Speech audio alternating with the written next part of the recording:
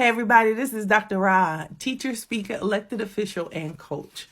I just had a revelation about something. All this week, I've been talking about how Christians need to tap into their own authenticity.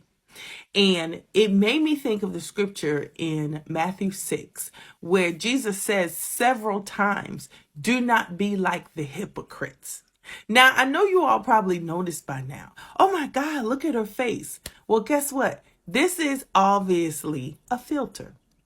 And what filters do on your phone is they enhance, hide, conceal, shape, whatever it is, filter out any flaws to try to show you in a different light.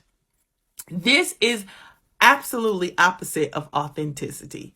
This is not how I woke up this morning. I didn't do this to my face. All I had to do was push a button and change into someone else. This often happens to us in the workplaces. It happens to us every day when we are not being authentic, we are not being real, and we're not being genuine. But let me give you scripture. Jesus says in Matthew 6, he says, beware of practicing your piety before others in order to be seen by them, for then you have no reward from your Father in heaven. He says in verse 2, he uses a word, hypocrite. I love it. He says, whenever you give alms, do not sound a trumpet before you as the hypocrites do in the synagogue.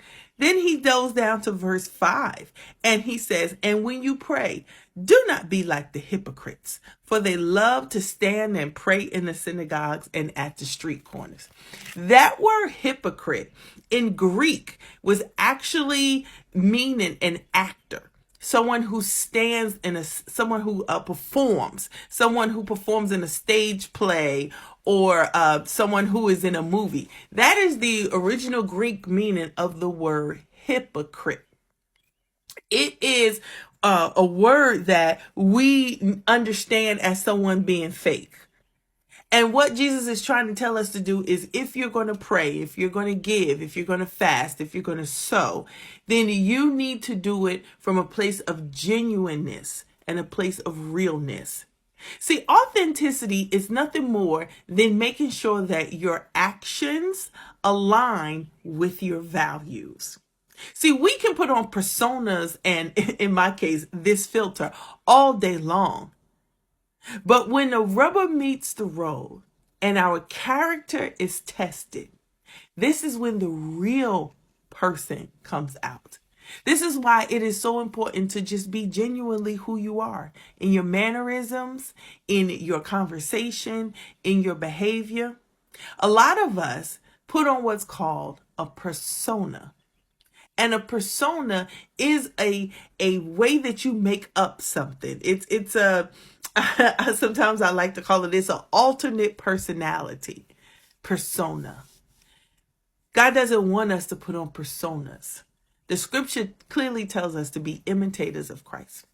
And so my point today is no matter how many filters you use, no how many personas you adopt, no matter what you do to not show up as your genuine self, eventually that runs out.